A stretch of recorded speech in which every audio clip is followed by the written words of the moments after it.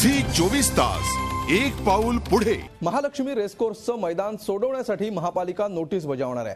तसंच मैदान सोडलं नाही तर कारवाई करण्यात येणार असल्याची माहिती महापौर सुनील प्रभू यांनी दिली आहे। रेसकोर्सवर टर्फ क्लबची मुदत उद्या म्हणजेच 31 मेला संपणार आहे। ही जागा महापालिकेने ताब्यात घेऊन आंतरराष्ट्रीय दर्जाचं उद्यान उभारण्याचा विचार केलाय। त्यासाठीच महापौर मुख्यमंत्र्यांना विनंती करणार आहेत। या संदर्भातला अंतिम निर्णय मुख्यमंत्रीच घेणार असल्याचा पुनरुच्चार अजित पवारांनी केला। त्यामुळे येत्या काळात महापालिका आणि राज्य सरकार यांच्यात सामना रंगण्याची चिन्ह आहेत।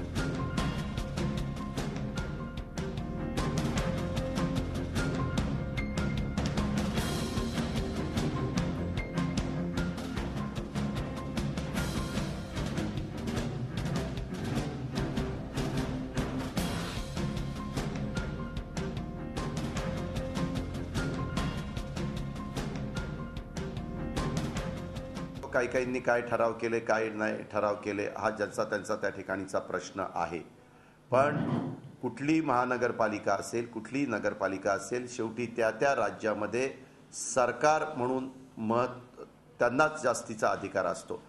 ही मुदत संपल्यानंतर त्याच्या संदर्भामध्ये मुख्यमंत्र्यांच्या स्तरावर चर्चा करून योग्य तो निर्णय त्या ठिकाणी घेतला जाईल।